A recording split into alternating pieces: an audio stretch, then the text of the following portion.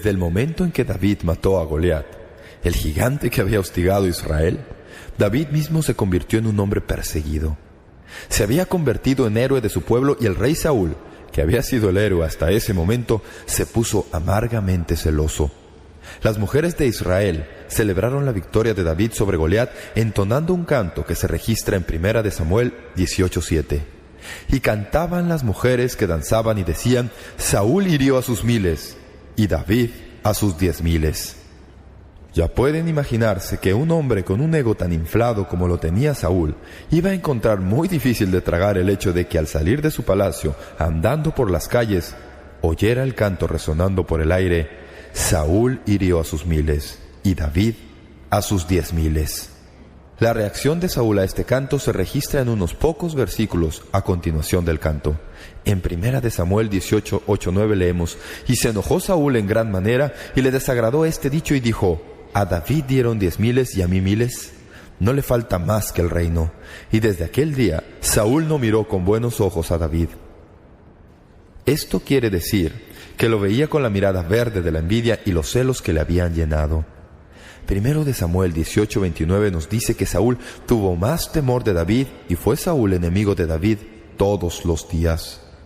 Ahora bien, todos sabemos la historia que siguió, pero tal vez nos hemos olvidado que por los siguientes 8 o 10 años David tuvo que andar huyendo de Saúl. Anduvo fugitivo. Su situación como fugitivo se complicó con toda clase de intervenciones personales. Por ejemplo, el que lo perseguía tenía un hijo y una hija a quien David quería profundamente. Quería a Jonatán como su mejor amigo y amaba a Mical, hija de Saúl. La vida de David en los 8 o 9 años que siguieron fue un continuo huir, esconderse, vivir en los campos y los bosques, en las cuevas y en el desierto. Finalmente, fue obligado a salir de la tierra de Israel y refugiarse en la tierra de los filisteos, que eran los enemigos jurados de su pueblo. Acabó en la ciudad de Gat, en donde se enteraron quién era, y para poder escapar tuvo que fingirse loco. La Biblia dice que para poder alejarse de Aquis, rey de Gat, David dejaba que la baba chorreara por su barba, arañaba las paredes y actuaba como si hubiera enloquecido.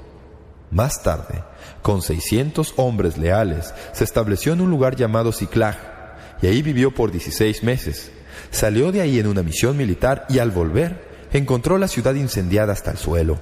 Todas las esposas e hijos de sus hombres, incluyendo su propia familia, habían sido llevados cautivos y no sabía a dónde.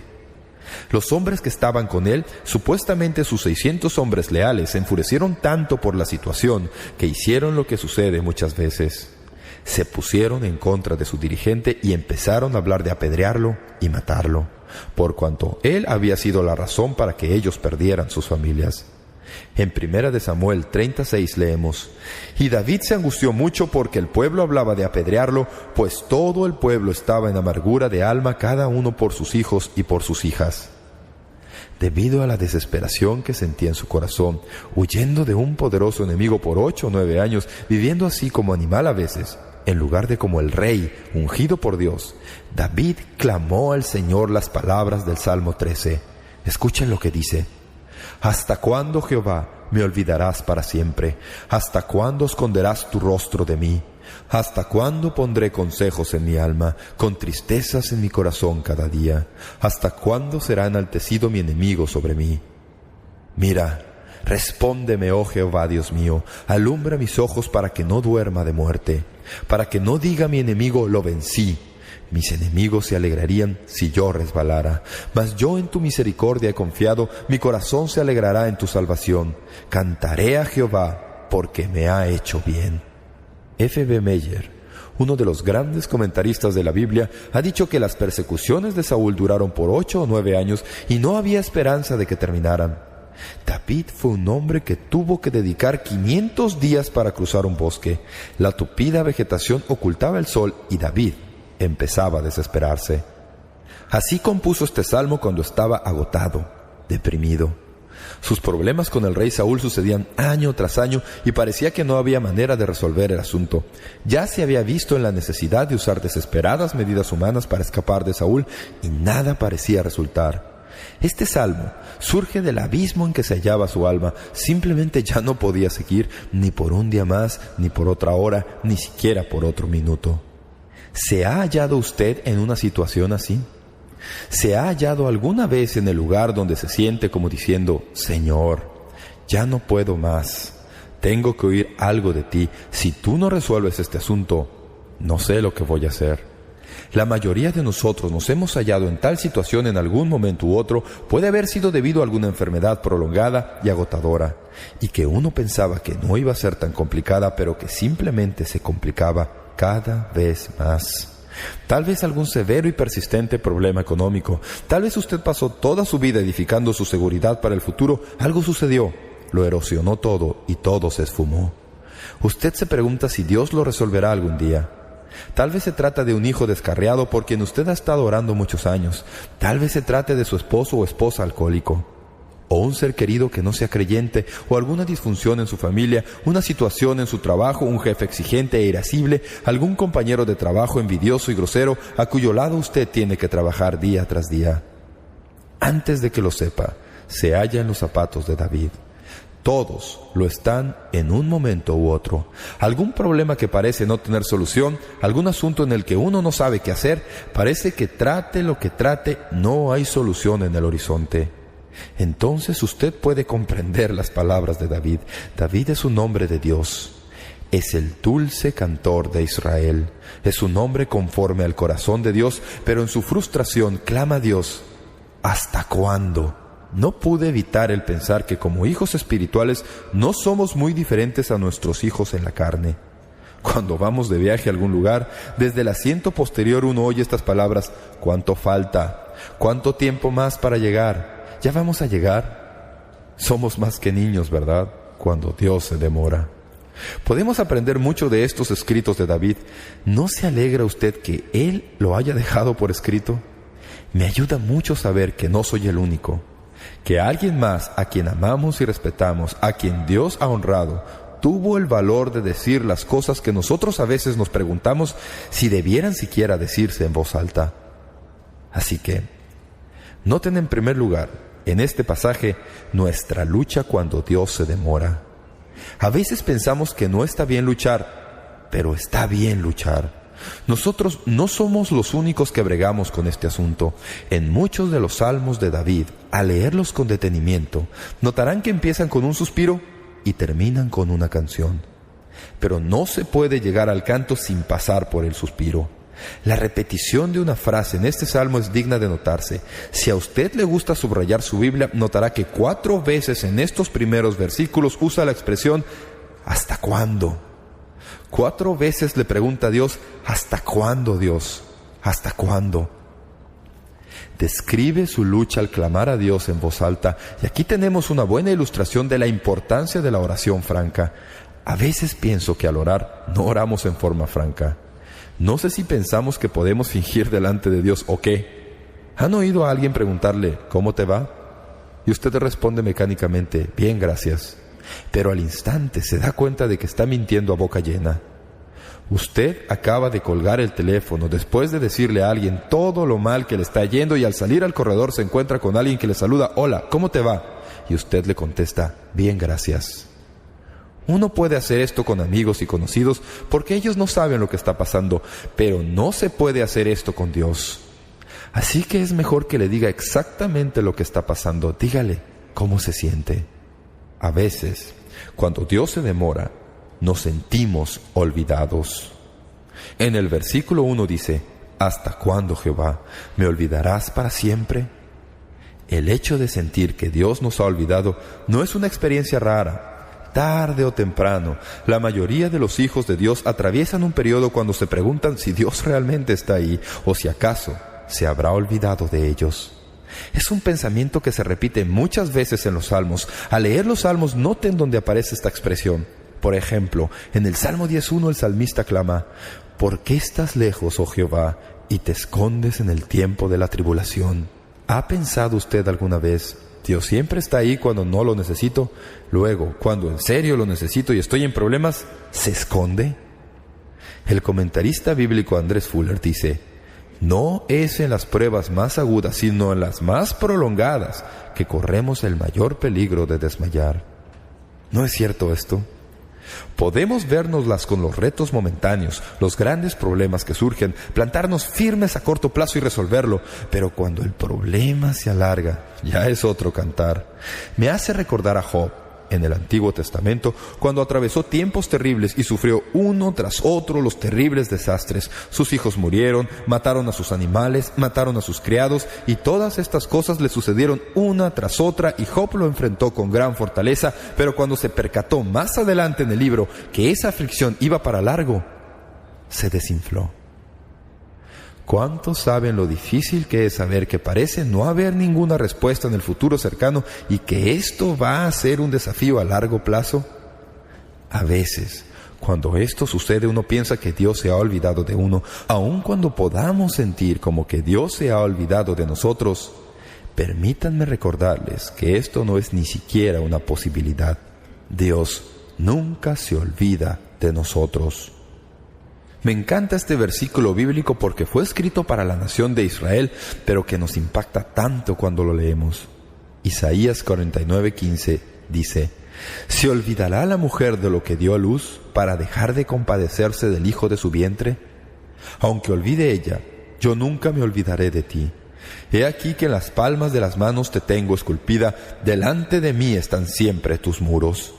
Escuchen, dice: ¿puede olvidarse una mujer al hijo que está amamantando? Esa es la relación más profunda e íntima que se puede pensar. Dice que incluso si eso sucediera, yo no te voy a olvidar. Es más, tengo tu nombre escrito sobre la palma de mi mano. Esa es una personificación del Dios Todopoderoso que podemos entender. Usted está en la palma de su mano. No puede olvidarlo. No se ha olvidado de usted. Sienta usted lo que sienta. A veces cuando Dios se demora, sentimos que se ha olvidado de nosotros. Pero David avanza al siguiente nivel. Dice: a veces cuando Dios se demora y no oigo de Él una respuesta, siento como que me hubiera abandonado y desamparado. David escribe: ¿hasta cuándo esconderás tu rostro de mí? Piensa no solo que Dios se ha olvidado de él, sino que siente como si Dios a propósito se hubiera tapado los ojos para no reconocer que David está ahí. Dios lo ha abandonado y desamparado. Ahora bien, una cosa es sentirse olvidado. En el ámbito humano, esto puede suceder sin intención, pero para abandonar a alguien, uno tiene que hacerlo a propósito. David dice: a veces al andar con Dios en este asunto que se alarga tanto y agota tanto, huyendo de Saúl y con todo lo que ha sucedido, me siento no solo como si Dios se hubiera olvidado de mí, sino que tal vez totalmente y a propósito me ha abandonado. Me ha borrado de su lista. Me ha borrado de su cuaderno de apuntes. ¿No es eso interesante? Porque eso fue exactamente lo que nuestro Señor expresó cuando estaba en la cruz. ¿Sabían de dónde obtuvo esa expresión? Del Salmo 22. Es otro de los salmos compuestos por David. Dice: Dios mío, ¿por qué me has desamparado? ¿Por qué estás tan lejos de mi salvación y de las palabras de mi clamor? Dios mío, clamo de día y no respondes, y de noche y no hay para mí reposo. Casi exactamente las mismas palabras del Salmo 13. Al estudiar los Salmos notarán que el Salmo 22 no tiene lugar histórico en la vida de David. Es lo que llamamos un salmo mesiánico. Es un salmo que habla del Mesías. Es un salmo que predice y profetiza la crucifixión del Señor Jesucristo mucho antes de que ese método de ejecución fuera conocido por el ser humano. El Salmo 22 es un cuadro en el Antiguo Testamento de la absolutamente horrorosa crucifixión del Señor Jesucristo en el Nuevo. Como ustedes recordarán, cuando el Señor Jesús colgaba en la cruz, una de las palabras que salieron de sus labios en los momentos próximos a la muerte fueron las palabras del Salmo 22, escritas en Mateo 27:46. Cerca de la hora novena, Jesús clamó a gran voz diciendo: Elí, Elí, lama sabactani. Esto es: Dios mío, ¿por qué me has desamparado? De repente, al leer esto y concatenarlo con el Salmo 13, me di cuenta de que nosotros no somos los únicos que nos sentimos abandonados. El mismo Señor Jesús no solo se sintió desamparado, sino que quedó abandonado. Su Padre le dio la espalda debido a que no podía soportar mirar el pecado que Él llevó sobre sí. Así que cada vez que usted se sienta desamparado y eleve su voz para orar al Todopoderoso, recuerde que el que oye su oración se ha hallado en la misma situación que usted. Sabe exactamente cómo se siente usted. Ha estado ahí y ha experimentado lo que significa verse abandonado.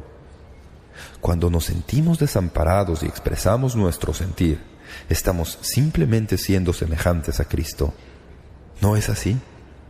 A veces uno dice, pues bien, ¿sabes?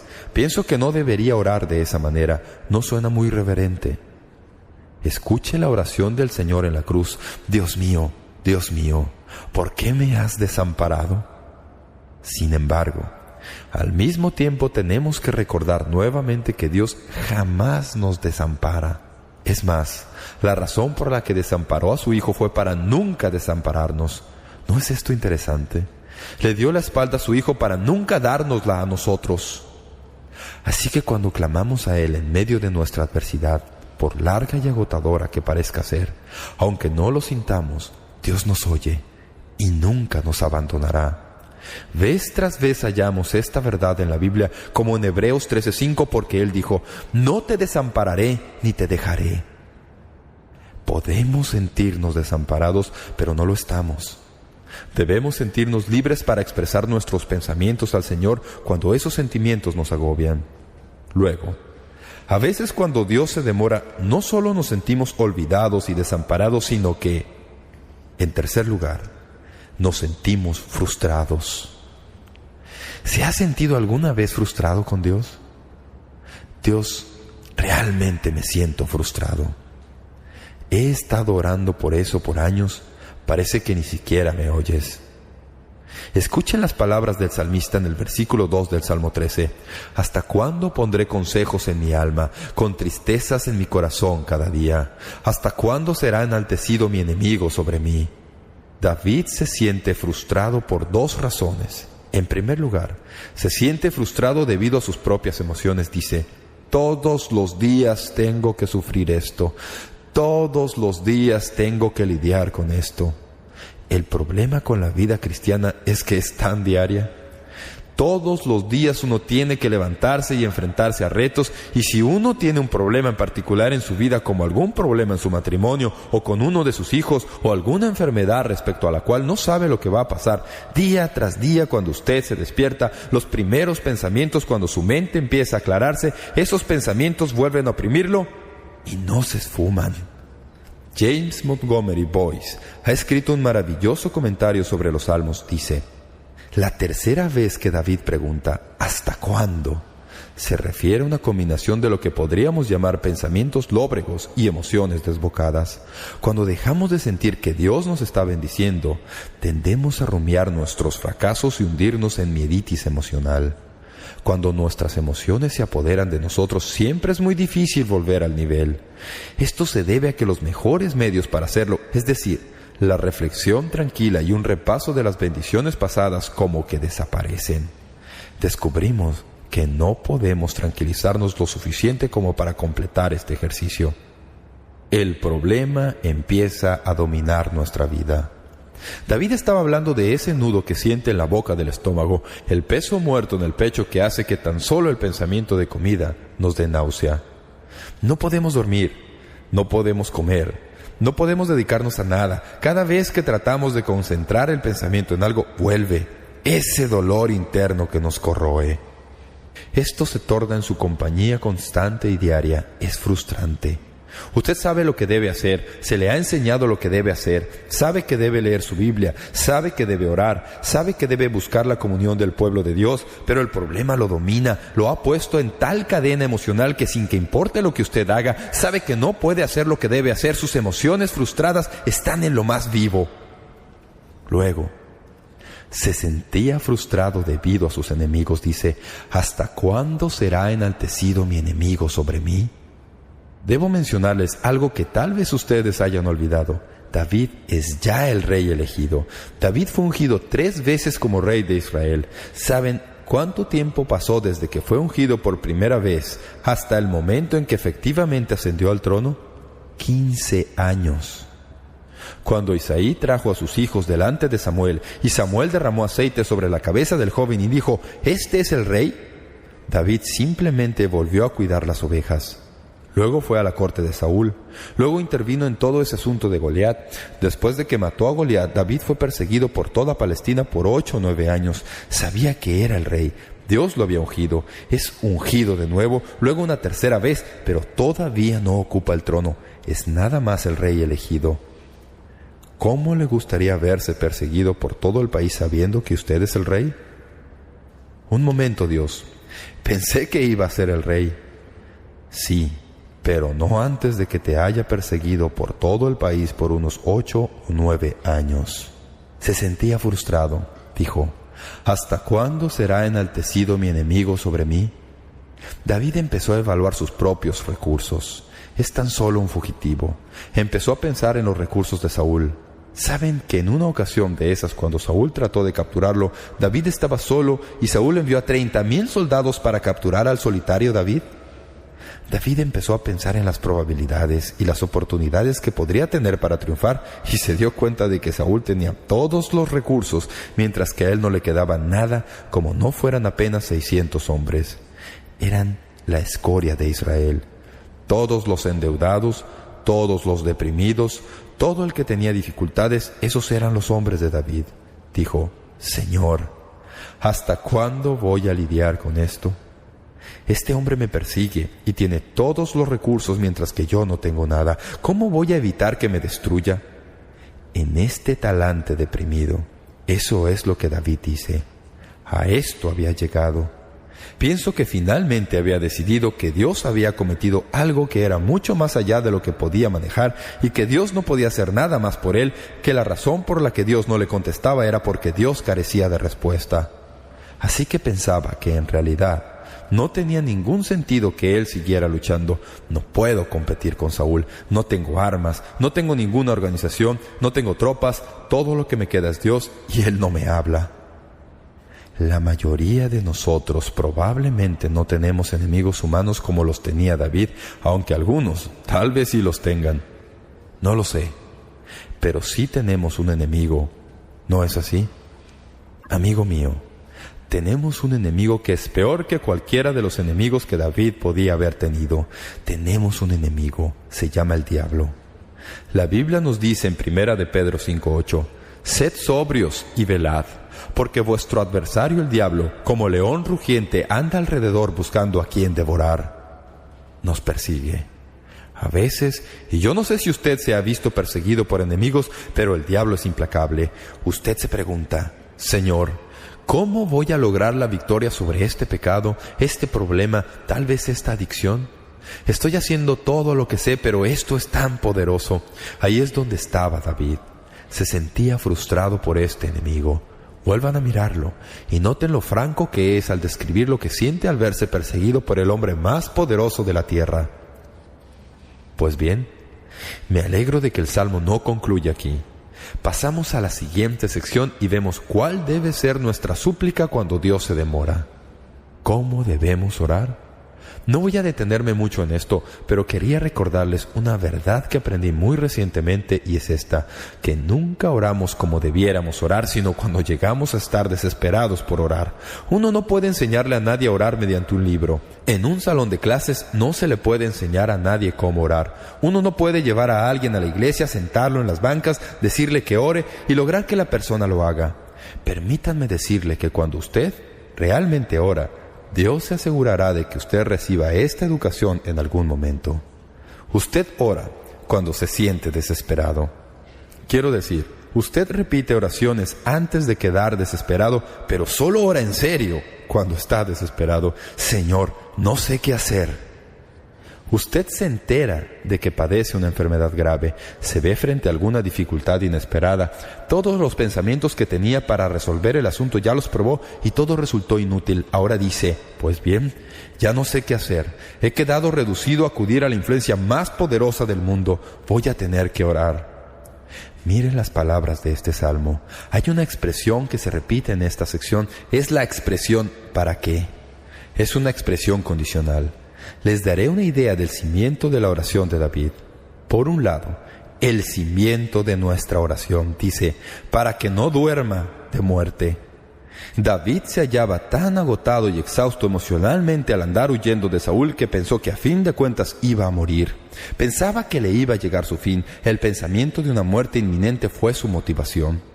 Luego, temía su derrota, dice, para que no diga mi enemigo, lo vencí.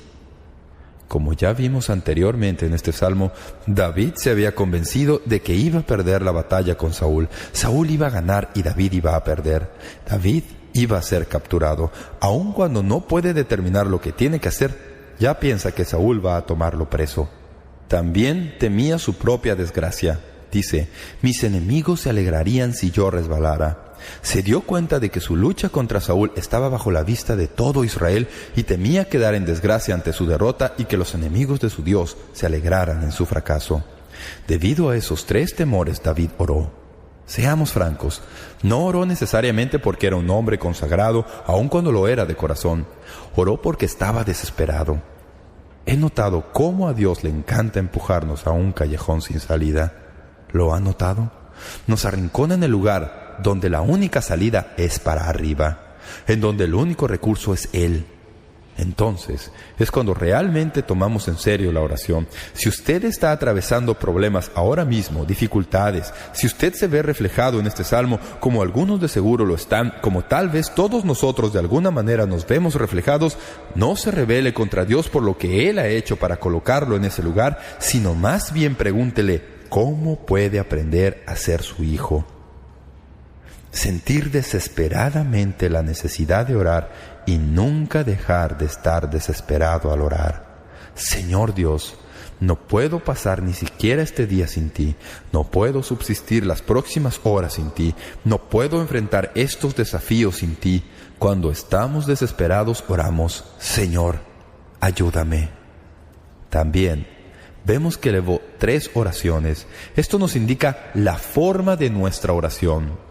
Número 1. David dice, mira, dijo, Señor, no me vuelvas la espalda, vuélvete y mírame. Estaba convencido de que Dios le había dado la espalda y dice, Dios, por favor, date la vuelta y mírame de nuevo. Luego dice, en segundo lugar, respóndeme.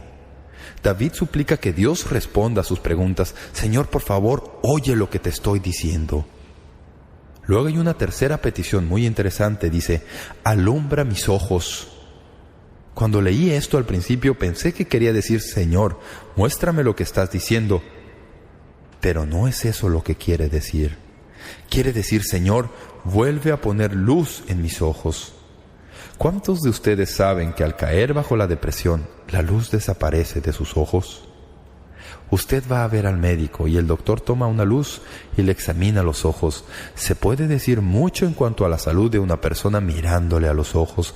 Cuando una persona está profundamente deprimida, la luz desaparece de sus ojos, su semblante se vuelve una especie de máscara, a veces casi mirando al vacío.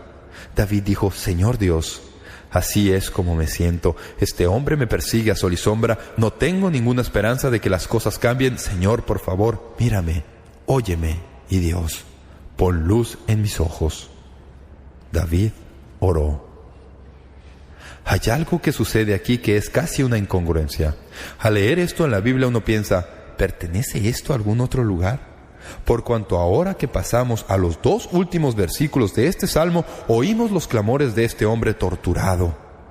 Hemos oído sus oraciones a Dios y sus temores, y luego de súbito, en estos 2 últimos versículos, es casi como si alguien hubiera oprimido un interruptor. David ya no está taciturno ni emocionalmente desalentado, sino que se vuelve un hombre de alabanza y triunfo ante Dios. Noten el enfoque de nuestra oración. Oh Jehová, Dios mío. Si vuelven a leer la sección que acabamos de examinar, verán que hay una frase breve que indica que David retiró sus ojos de su problema y vuelve a enfocar su mirada en Dios. El enfoque de su oración es, oh Jehová, Dios mío. David clavó su emoción a esta verdad, clamó a Dios, clamó el poder de Dios, empezó a darse cuenta de que Jehová el Señor era su Dios. Al elevar su oración a Dios, al traer sus peticiones a Dios, empezó a alejar su vista de los problemas y empezó a ver a Dios alto y sublime. Clamó a Jehová Dios. Jehová es el nombre de poder de Dios, Elohim es el nombre de promesa. Dijo: Dios de poder y de promesa, acudo a ti. Pienso que su mente volvió a la promesa que le fue dada, que ascendería al trono. Sería el próximo rey de Israel. Aun cuando no comprendía todas las circunstancias que le habían venido encima, sabía que Dios le había prometido algo y que el Dios que había prometido era poderoso lo suficiente como para hacer que así sucediera. Puso sus ojos en el Señor. Me encanta Jeremías 20:11 cuando uno atraviesa momentos difíciles. Dice: Mas Jehová está conmigo como poderoso gigante, por tanto los que me persiguen tropezarán y no prevalecerán.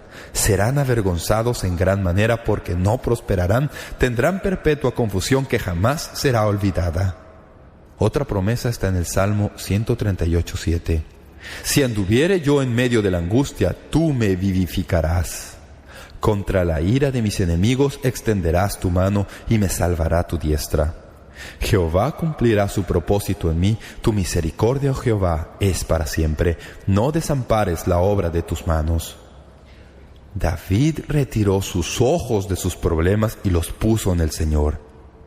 Voy a decirles algo. Esto no es un proceso simple, ¿verdad? Usted tiene que caer en realidad de bruces ante el Señor y decir: Señor Dios, ya estoy en pleno caos. He dejado que las emociones se apoderen de mi vida. Tengo todos estos problemas que me han caído encima y me siento aplastado. No sé qué hacer y sé que las cosas no deberían ser así, pero, Señor Dios, en medio de todo esto, ayúdame a ver mi poderoso, asombroso Jehová Dios. Cuando usted empieza a captar siquiera un vislumbre de Él, las cosas empiezan a cambiar. Hay una progresión triple en este salmo. Empieza con lágrimas y termina en triunfo. Pero en medio está la verdad. La verdad es Jehová Dios, el Dios Todopoderoso, está a cargo. No nos sorprende que David prorrumpa en canto. Así que llegamos a estos últimos versículos y vemos nuestro canto cuando Dios se demora. Salmo 13:5. El viaje de las lágrimas al triunfo siempre atraviesa la casa de la verdad. Cuando David finalmente quita sus ojos de Saúl y los pone en Jehová Dios, puede regocijarse de nuevo. ¡Qué poderoso recordatorio para nosotros hoy! Mirar a nuestros problemas solo hará que esos problemas crezcan. Hablaba con un amigo mío en cierta ocasión, que maneja un gimnasio. A veces la gente que acude a ese lugar para hacer ejercicios ha atravesado momentos de tensión y problemas. A veces se trata de un divorcio o disolución del hogar. Me contó que muchas veces se reúnen y empiezan a hablar de sus problemas y los problemas empeoran. Mientras más habla uno de su dificultad, más y más la aumenta. ¿Cuántos de ustedes saben que cuando hablan con algún amigo respecto a alguna dificultad y ellos le cuentan las suyas, uno tiene que hacer un gran esfuerzo para lograr que comprendan que aun cuando ellos tienen dificultad, la que uno atraviesa es peor que la de ellos? ¿No es así? Así que, antes de que uno caiga en cuenta nuestros problemas son lo suficientemente graves, nosotros empezamos a agrandarlos. Empezamos a añadir estrofas a la canción y los problemas empeoran cada vez más. Empezamos a contarle nuestros problemas a toda persona que conocemos. Empezamos a empeorarlos en lugar de buscar a Dios en medio de todo eso. Hay un antiguo refrán que dice que cuando uno canta al Señor, uno ora 2 veces. David va ahora a cantarle a Dios. Escuchen las palabras de su canto. Nuestro canto es un canto de triunfo. Versículos 5 y 6. Mas yo en tu misericordia he confiado. Mi corazón se alegrará en tu salvación. Cantaré a Jehová porque me ha hecho bien. Su canto es un canto de triunfo. ¿Cómo logró llegar al triunfo en medio de toda su tortura? Empezó a ver a Dios. Algo que no comprendo y que nunca entenderé es por qué la gente que empieza a tener problemas en la casa o en el trabajo, una de las primeras cosas que hace es dejar de asistir a los cultos. ¿Lo ha notado? ¿Por qué no fuiste al culto? Es que tengo problemas en mi matrimonio. Vaya, levántate temprano y asiste a todos los cultos que puedas. Asiste al culto de la noche. Lo que no debe hacer cuando surgen los problemas es dejar a Dios a un lado. Eso es exactamente lo que el enemigo quiere que usted haga. Todo eso debería empujarnos hacia Dios y no alejarnos de Él. David halla a Dios y de súbito, en medio de su experiencia, empieza a entonar este canto de triunfo y dice: «He confiado en tu misericordia, mi corazón se alegrará en tu salvación». ¿Cuántos saben que la salvación no es solo salvación del pecado y salvación de las garras de Satanás, sino también salvación en las situaciones de la vida? Dios no solo puede salvarlo del pecado y de Satanás, sino que también puede salvarlo de la situación en que usted se halla si se lo pide. Pienso que aquí David está hablando de la salvación de una situación más que cualquier otra cosa. Ahora noten, ¿ha cambiado algo en la vida de David? ¿Ha dejado Saúl de perseguirlo? ¿Ha conseguido David nuevas armas? ¿Algún otro ejército ha llegado para ayudarlo? No. Nada ha cambiado en sus circunstancias, excepto que ahora llega a comprender que nada ha cambiado en Dios tampoco. Dios jamás cambia. El Dios a quien sirve puede librarlo. Tanta confianza tiene en su liberación que canta al respecto en tiempo pasado: «Dios, tú me libraste». ¿Ya estás libre? No, pero en mi corazón y en mi mente veo la liberación que viene y la clamo de Dios y digo que Dios me libró. No solo es un canto de triunfo, sino que es un canto de gratitud. Dice: «Cantaré a Jehová porque me ha hecho bien». ¿Han notado que en casi cada salmo que hemos estudiado, en algún punto del salmo hay un recordatorio de que si uno quiere ser un creyente saludable, tiene que volver y recordar lo que Dios ha hecho por uno? Usted tiene que pulir los monumentos de las grandes victorias en su vida. Para repetir, una de las razones para llevar un diario es que nos ayuda a hacer esto. David dijo: «Voy a recordar ahora cómo Dios me ha tratado con abundancia». David retrocedió y empezó a pensar en el día en que salió al campo de batalla. Se puso frente a ese gigante sin otra arma que su honda con 5 piedras lisas, y Dios derribó al gigante de casi 3 metros de estatura con una sola pedrada y preservó a Israel. O la ocasión cuando Dios lo libró de las fieras salvajes cuando estaba cuidando las ovejas, o cómo Dios lo había guardado milagrosamente cuando Saúl podía haberlo matado y Dios le hizo escaparse de sus manos. Empezó a mirar por sobre el hombro y pensó: ¿saben? No tengo que preocuparme mucho por lo que Dios va a hacer en el futuro, porque sé lo que Dios ha hecho en el pasado. A veces nos dejamos ganar por los problemas prolongados, nos dejamos llevar por el presente. No se puede ver a dónde se está yendo si se tienen los ojos fijos en el presente, o cuando nos dejamos ganar por la ansiedad, que es ocupación en el futuro. Uno no puede cambiar el futuro por cuanto uno todavía no está ahí. Lo único que tiene con certeza en medio de la dificultad es la absoluta certidumbre de lo que Dios ha hecho por usted en el pasado. ¿Amén? ¿Le ha salvado? Absolutamente. ¿Le ha puesto en una iglesia en donde se enseña la palabra de Dios? ¿Le ha dado amigos creyentes? ¿Le ha ayudado con los problemas de salud? Usted puede retroceder y preparar su propia lista, porque toda persona tiene la suya propia. Amigo mío, cuando usted se afana por el futuro y se deja ganar por el desaliento por el presente, eche un vistazo al pasado, que ya está escrito para siempre en granito y no puede ser cambiado. Un canto de agradecimiento. En los salmos se halla a menudo este mismo patrón. Voy a darles apenas otros 2 lugares donde pueden verlo. Salmo 41. Lean lo que dice: «Pacientemente esperé a Jehová, y se inclinó a mí, y oyó mi clamor. Y me hizo sacar del pozo de la desesperación del lodo cenagoso. Puso mis pies sobre peña, y enderezó mis pasos. Puso luego en mi boca cántico nuevo, alabanza a nuestro Dios. Verán esto muchos y temerán, y confiarán en Jehová».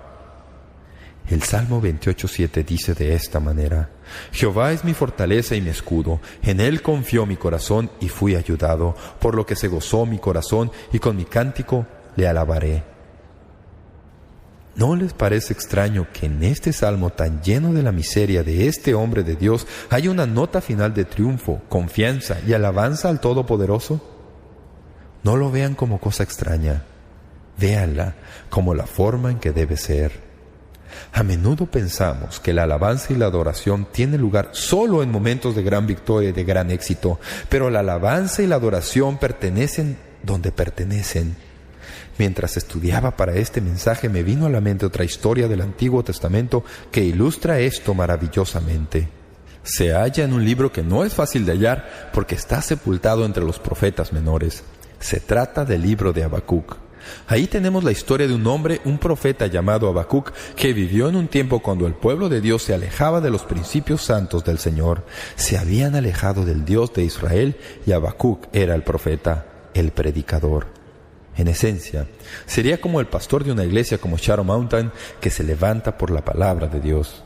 Luego, de repente, en un periodo de tiempo se alejan y todo el pueblo que acudía al templo, o la mayoría, ya no se interesa en Dios, ni traen la Biblia, y no quieren tener nada que ver con la palabra de Dios, no están viviendo por Dios, se divorcian y viven tal como el mundo.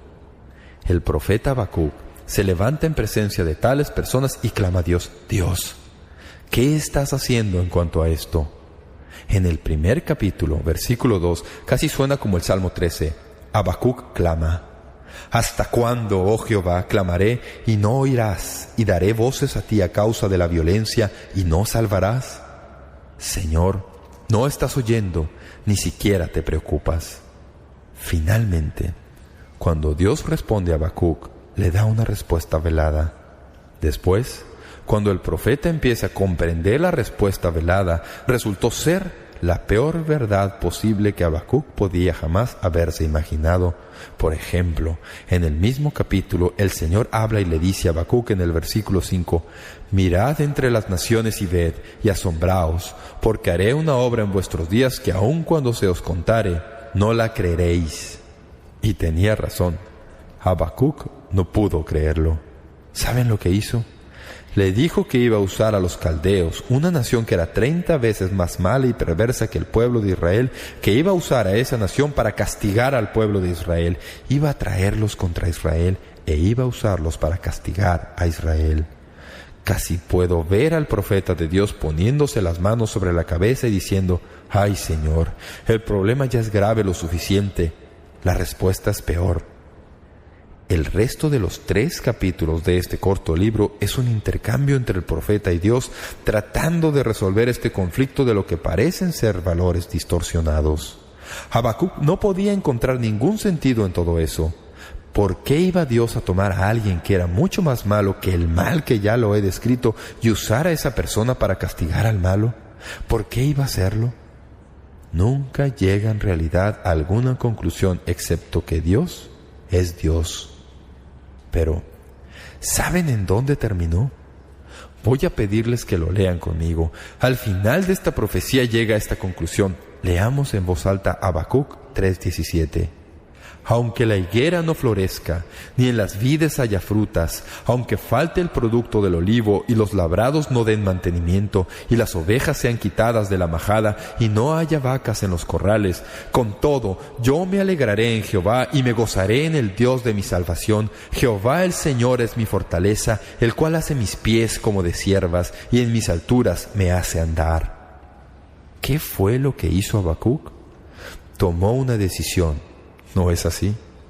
En medio de la confusión y de la respuesta que no comprendía, el problema que le rodeaba, la maldad del pueblo, cuando parecía que no iba a haber ninguna resolución que pudiera comprender y captar, Habacuc dijo: ¿saben? Hay una cosa que sé que puedo hacer. Puedo alabar a Dios. Aun cuando todo lo que me rodea se deshaga, aun cuando todo se destroce, voy a alegrarme en el Dios de mi salvación. Ustedes pueden decir: pastor, eso no me suena bien. Esto no tiene nada que ver con lo que usted siente o cómo se sienta. Es una decisión que se toma. En medio de las noticias difíciles, los problemas difíciles y los retos prolongados y que se alargan, tomamos una decisión. Podemos bien sea rezongar y quejarnos de hacer todo esfuerzo, empeorando las cosas más de lo que son, o podemos levantar nuestros ojos al Señor y podemos decir: Señor, no sé lo que está pasando aquí, verdaderamente no lo comprendo, pero he decidido esto. Voy a poner en ti mi confianza y voy a alabarte con todo mi corazón. El mismo Dios que ha estado ahí para usted en el pasado es el Dios que va a estar ahí para usted en el futuro.